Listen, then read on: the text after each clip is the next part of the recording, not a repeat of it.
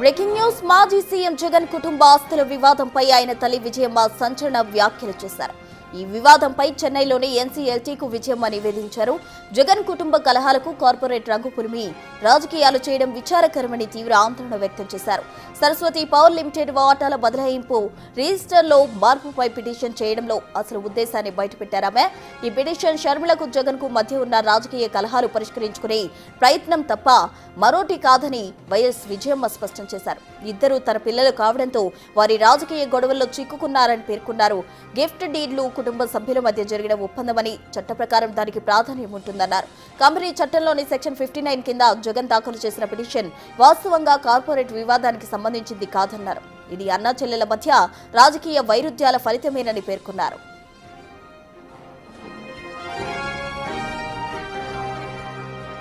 విజయమ్మ జనార్దన్ రెడ్డిల పేర్లతో వాటాలు బదలాయిస్తూ Saraswati power board తీర్మానం ఇచ్చింది.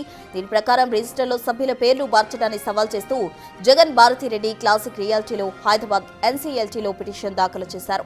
ఈ నేపథ్యంలో వాటాల బదలాయింపును రద్దు చేస్తూ జగన్ తదితరుల పేర్లు పునరుద్ఘాటించాలని జూలై 29న ఎన్సీఎల్టీ తీర్పు వెలువరించింది. హైదరాబాద్ ఎన్సీఎల్టీ ఇచ్చిన తీర్పు చట్టవిరుద్ధమని, దాని అమలును నిలిపివేస్తూ ఉత్తర్వులు జారీ చేయాలని కోరుతూ చెన్నై ఎన్సీఎల్టీలో విజయమ్మ అప్పీలు దాఖలు చేశారు. ఆమె తరపున న్యాయవాది ఎం మహర్షి విశ్వరాజ్ ఈ అప్పీలును దాఖలు చేశారు. సరస్వతి పవర్ దాఖలు చేసిన పిటిషన్తో కలిపి దీన్ని చెన్నై అప్పీలేట్ బెంచ్ త్వరలో విచారించనుంది.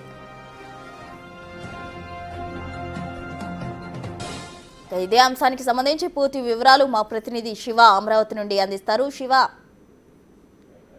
మొత్తం మీద చూసుకుంటే 99లో విద్యుత్ ఉత్పత్తి కొనుగోలు సరఫరా నిల్వ పంపిణీ కదరా సరస్వతి పవర్ ప్లాంట్ ఏర్పడింది. ఈ సంవత్సరం నుంచి గుంటూరు జిల్లా ఏదైతే ఇప్పుడు పల్నాడు జిల్లాలో 903 ఎకరాల భూమి ఉంది. దీనికి సంబంధించి జగన్ రెడ్డికి 29.88, భారత రెడ్డికి 16.30, క్లాసిక్ రియాలిటీకి 44.4 వాటాలు ఉన్నాయి.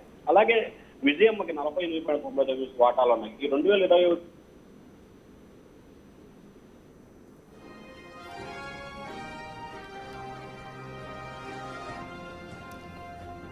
మాజీ సీఎం జగన్ కుటుంబ ఆస్తుల వివాదానికి సంబంధించి ఆయన తల్లి విజయమ్మ సంచలన వ్యాఖ్యలు చేయడం జరిగింది. ఈ వివాదానికి కార్పొరేట్ రంగు పులివి రాజకీయం చేయడం సరికాదంటూ కూడా ఆమె కొన్ని వ్యాఖ్యలు చేశారు. దీనికి సంబంధించి మా ప్రతినిధి శివ అందిస్తున్నారు. ప్రస్తుతం మొత్తం మీద చూసుకుంటే ప్రస్తుతం అన్నా చెల్లెల మధ్య వివాదం కోర్టుకు చేరింది. దాంతో పాటుగా తాజాగా అన్నా చెల్లెల మధ్య జరుగుతున్న రాజకీయ వైరానికి తాను ఇబ్బందులు పాలవుతున్నాను, గిఫ్ట్ డీడును మార్చాలని చెప్పి కూడా జగన్మోహన్ రెడ్డి వేసిన పిటిషన్ ని అప్పీల్కి వెళ్ళాలని చెప్పి కూడా విజయమ్మ నిర్ణయం తీసుకున్నారు. దానిలో భాగంగానే చెన్నైలో ఆమె ఒక పిటిషన్ ని దాఖలు చేశారు.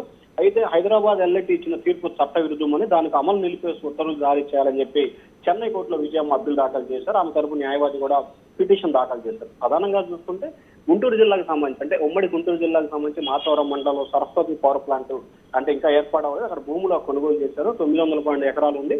అయితే దీంట్లో జగన్ కి, భారతరెడ్డికి, విజయమ్మకి, అలాగే క్లాసిక్ రియాలిటీ సంబంధించి వాటా ఉంది. 2027 జూలైన జనవరి సంబంధించి జగన్ కి 74.2 లక్షలు, భారతరెడ్డికి 40.50 లక్షల రూపాయల వాటాకు సంబంధించి ప్రేమతో గిఫ్ట్ డీడీలు ఇవ్వడం జరిగింది. అయితే తర్వాత మాట మార్చి వాటి ఆధారంగా జగన్ లావాదేవీలను పూర్తి స్థాయిలో కార్పొరేట్ వివాదానికి మార్చిన పరిస్థితి కనిపిస్తుంది.